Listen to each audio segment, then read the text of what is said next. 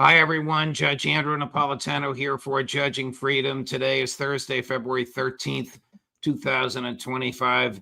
Max Blumenthal joins us. Max, always a pleasure, my dear friend. Thank you very much for joining us. I basically want to talk to you about Donald Trump and ethnic cleansing. There are a lot of rabbit holes that we might go down, but what is your understanding of the geopolitical response to his nonsensical suggestion that the United States would buy and own the Gaza Strip? Well, the geopolitical response pertains most immediately when you look beyond Gaza.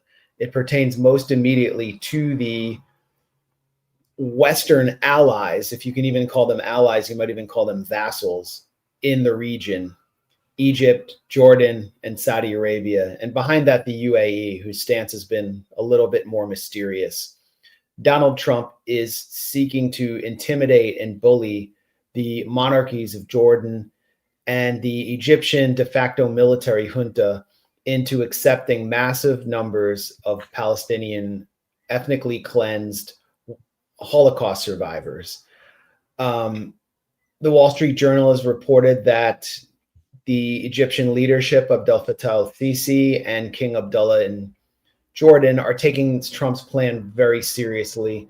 King Abdullah met with Donald Trump, and it was very hard to watch this display of Abdullah failing to challenge Trump at all, as Trump basically humiliated him and insulted his dignity and told him that he was going to accept large numbers of Palestinians. That's because Abdullah had basically orders not to challenge or confront Trump directly because of Trump's mercurial personality, his vengeful tendencies, and to lean on Egypt to present a counter proposal where Jordan and Egypt will stand together, supposedly against this ethnic cleansing plan, which is clearly being directed from Tel Aviv, by the way. Then that leaves Saudi Arabia. Saudi Arabia, under Crown Prince Mohammed bin Salman, did nothing of any substance to challenge Israel or the United States during 15 months of genocide. If anything, it was quietly assisting. Just as Jordan did when Jordan shot down Iranian ballistic missiles, which were part of Iran's retaliation against Israel's attacks on its sovereignty. And now they're paying the price for being the poodle, for their silence. The lambs are being taken to the slaughterhouse. Donald Trump is telling Saudi Arabia that he will impose this plan on them. Remember when Mohammed bin Salman's clique danced with Donald Trump's inner circle back in 2017? They danced with swords in Riyadh. That was a time when the Saudi monarchy, the Saudi regime, thought that they could deal with Donald Trump as equals and that they could have at least a mutually beneficial transactional relationship. Now they see that Donald Trump sees them as inferiors, has no regard for their sovereignty, and will push the Palestinian problem onto them.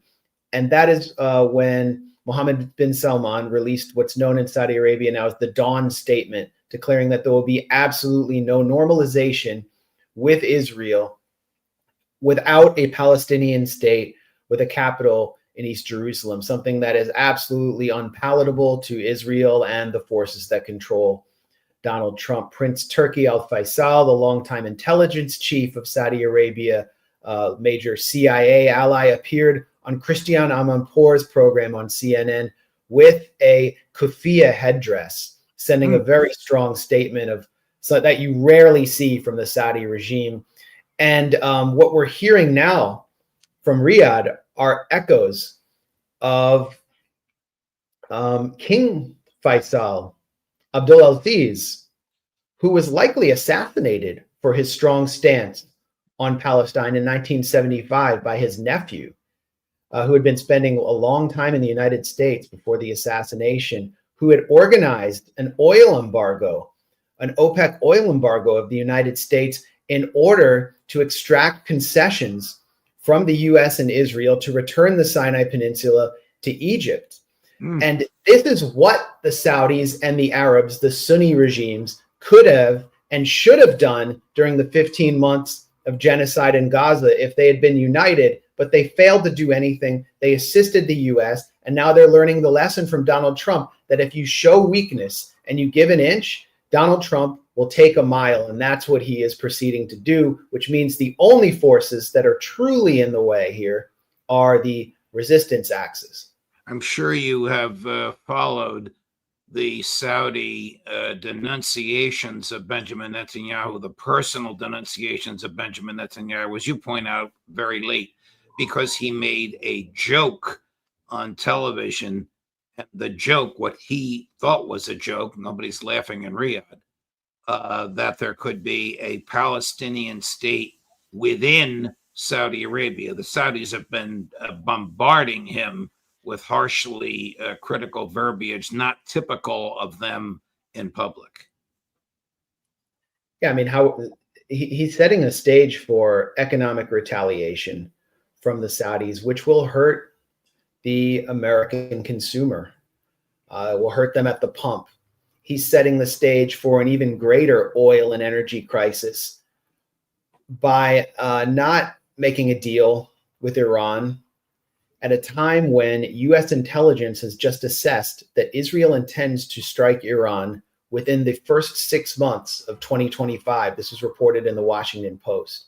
And this attack cannot take place without U.S. assistance, either in-air refueling or guidance systems for bunker buster bombs that will strike Iranian nuclear facilities at Fordo and Natanz. Do you think that that's true, or do you think it's a CIA propaganda out of their mouthpiece, the Washington Post? Whether it's true or not, the NSC director, Mike Waltz, who as a member of Congress was an absolute stooge of the Israel lobby, called in January, effectively called on CBS's Face the Nation for a strike on Iran and warned Iran and said that Iran is likely to get hit by Israel and signaled his own support. And there are sources peripherally around the Trump administration who are sending the message that there's a major battle taking place between the restrainers, J.D. Vance, Tucker Carlson from outside the government, and Mike Waltz, who's made bigly, in Donald Trump's words, in favor of attacking Iran. Again, this will destroy the world economy at a time when Donald Trump's tariffs are already causing, some economic disruption inside the U.S. and the threat of countries like China divesting from from the debt that the U.S. holds. This is something that Saudi Arabia can also do, which would raise interest rates inside the U.S. Which would raise inflation inside the U.S., which would thereby raise interest rates. And we can see what egg prices are. So, and I should also mention, there's a Data for Progress poll that shows that about 75% of Democrats, which is expected, are against Donald Trump's ethnic cleansing plan in Gaza. But about half of Republicans are as well, at a time when Trump is worshipped by the Republican base in a way that no other Republican president of my lifetime has been, except maybe George Bush for a few weeks after 9/11. But and this is just a continuation of Joe Biden's foreign policy. There's no substantial change whatsoever. This is a continuation of the ethnic cleansing. Yep. I mean, and Max, but the Palestinians are very dangerous people. They're dangerous to the national security of the United States. Watch this stooge. I know you've seen him before. Cut number 1. This population in Palestine is hostile. It's uneducated. It's even more radicalized than they were at the beginning of this. I mean, now they have no homes at all. They're even more hateful of the Israelis. And their birth rate is explosive. The average Palestinian woman has 5.5 babies. The average Israeli woman has only 2.5 babies. So demographically, they're a threat, not to mention the national security threat. There is no way you can have these two peoples living side by side. That's about as low as I've seen on this. Well, it sounds shocking, as an American, even, even American conservatives who favor mass deportations right now believe that everyone who's an American citizen should have equal protection under the law and should be able to have as many children as they want. They at least say they believe in the Constitution. Israel presents itself as a democracy, but it's Jewish and democratic. How can it be Jewish and democratic without seeing the Palestinians as a demographic threat? And then what will it do to hold off that demographic threat? Well, this is the essence of the logic of Zionism, and it's what informed the two-state solution pushed not by the right-wing Zionists behind Trump, the Likudniks, the religious Messianists, but by liberal Zionists, the camp that produced Tony Blinken and Barack Obama. They are the ones who conceived giving the Palestinians their own state in the form of a series of cantons, placing them behind walls, and then walling off Gaza, because that's where the demographic threat will exist. They will be warehoused there as surplus humanity, and they can have 8 to 10 children, but it won't be on Israel's back because Israel doesn't have to provide for them or provide them with rights. Then they can claim that they have a Jewish majority and elect Jewish members of Knesset, the parliament, and claim they're a democracy. But that farce is gone now, partly because Israel is so determined to take control of Gaza. So it wants to push that population out. They're in a demographic war for ethno-religious supremacy over the land. Help me to understand Zionism and the extremists. Suppose I, as an American and a Roman Catholic, owned a home in Gaza. What would my status be as far as the Israelis were concerned? As far as the Zionists were concerned? If you were a Roman Catholic who owned a home in Gaza, if you were a Palestinian Catholic or a member of the Christian Orthodox faith, I mean, help me out here. All right. Well, any traditional Christian faith, and I live in Gaza, what would they do? Would they kill me? Would they destroy my home? I'm not a Palestinian, but I'm certainly not a Zionist. Well, there's the ethno-religious issue, and then there's the political issue. And the Zionist movement and the Israeli state makes no distinction between Christians and Muslims who live within the Palestinian people because they're not Jewish. So they too present a demographic threat. There were demolitions of Christian churches throughout the Galilee in 1948 during the Nakba, the ethnic cleansing of Palestine, during which 750,000 indigenous Palestinians were pushed out.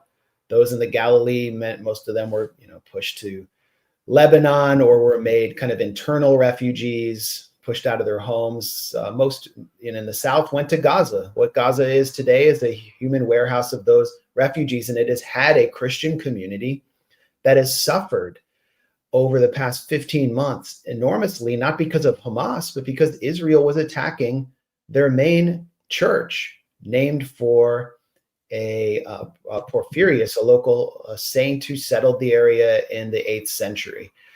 The Christian community in Bethlehem has been purged through deprivation, through the apartheid wall, which is built around Bethlehem. I know one family that owned a gift shop in Bethlehem, and the wall was built completely around their property. Would you want to live with a militarized wall around your property? It wasn't because they were Christian. It was because they were not Jewish.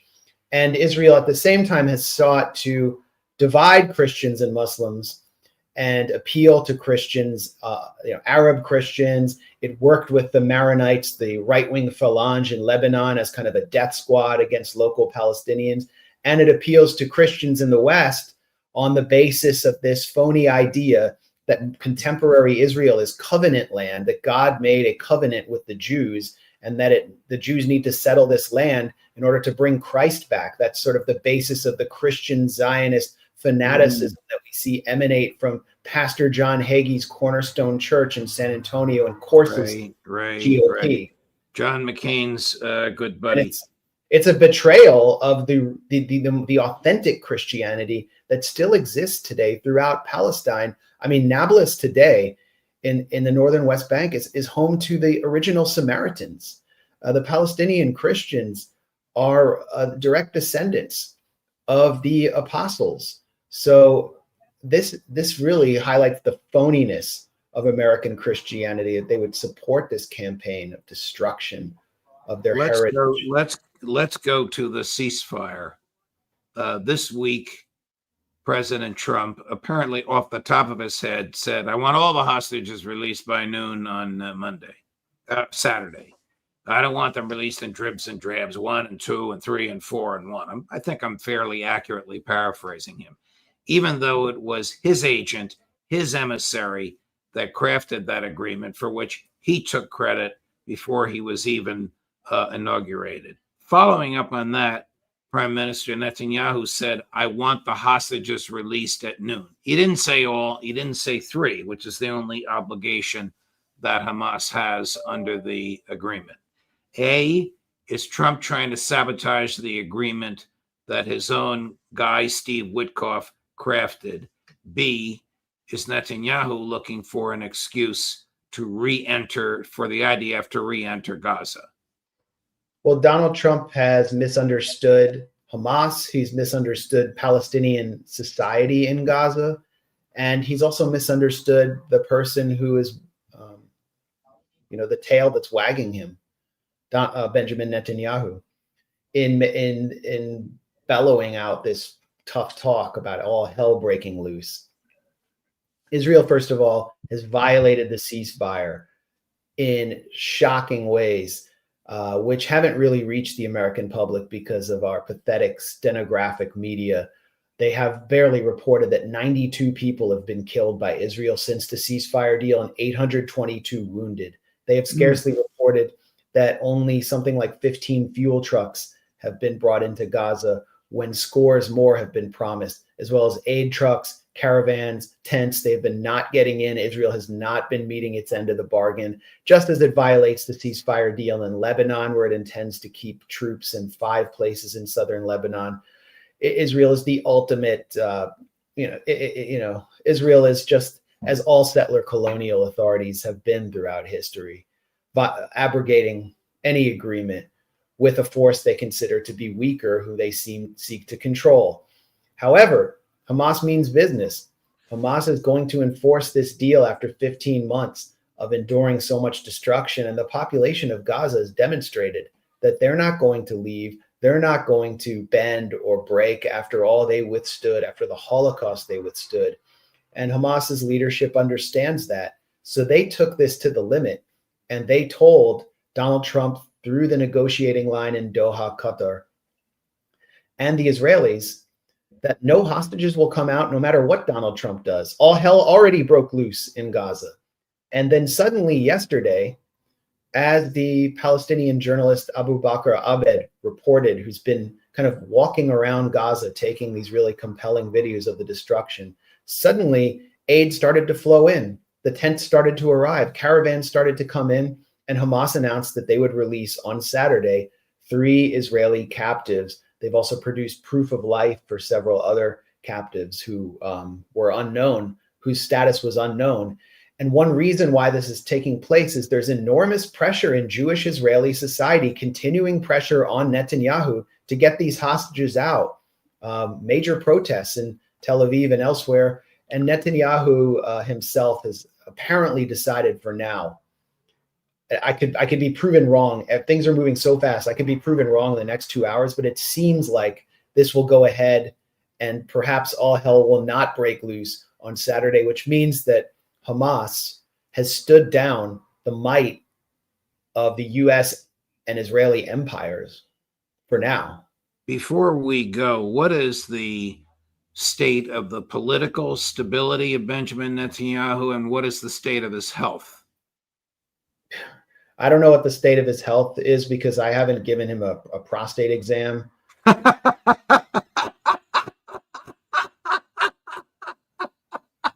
I should have seen that coming, Max. But even though I haven't, I can tell you he's full of shit.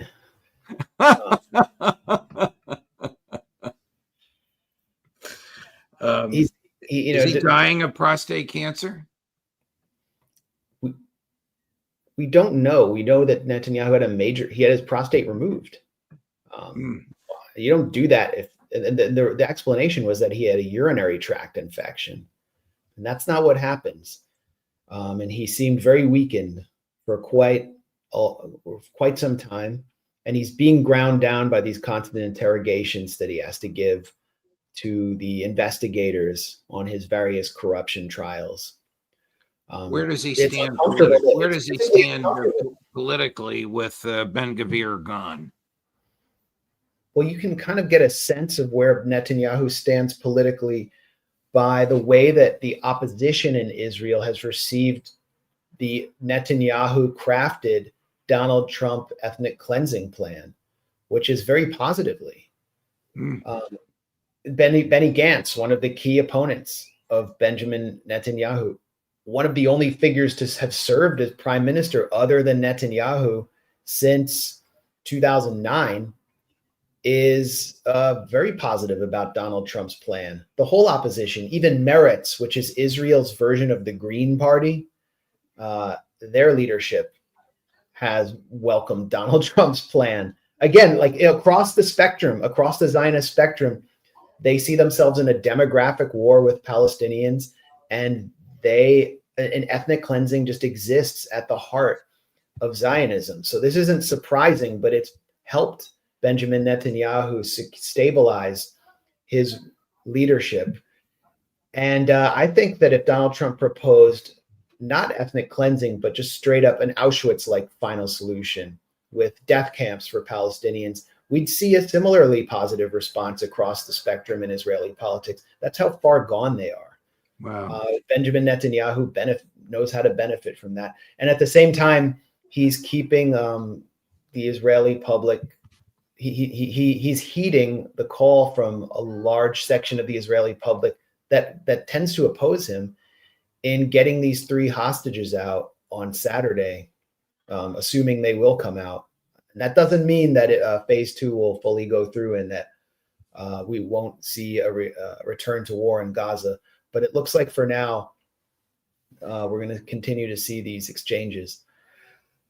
Max Blumenthal, thank you, my dear friend. I know you're away and on vacation. I deeply appreciate your time accommodating mine. My best to Anya and your baby. Thank you for joining us. We'll see you again next week. Thanks. And I'm never on vacation, so anytime you need me. God bless you. God bless you, man. All the best. What a wonderful, unbridled, and brilliant human being. Tomorrow, the boys, the Intelligence Community Roundtable, 4:00 Eastern. Judge Napolitano for Judging Freedom.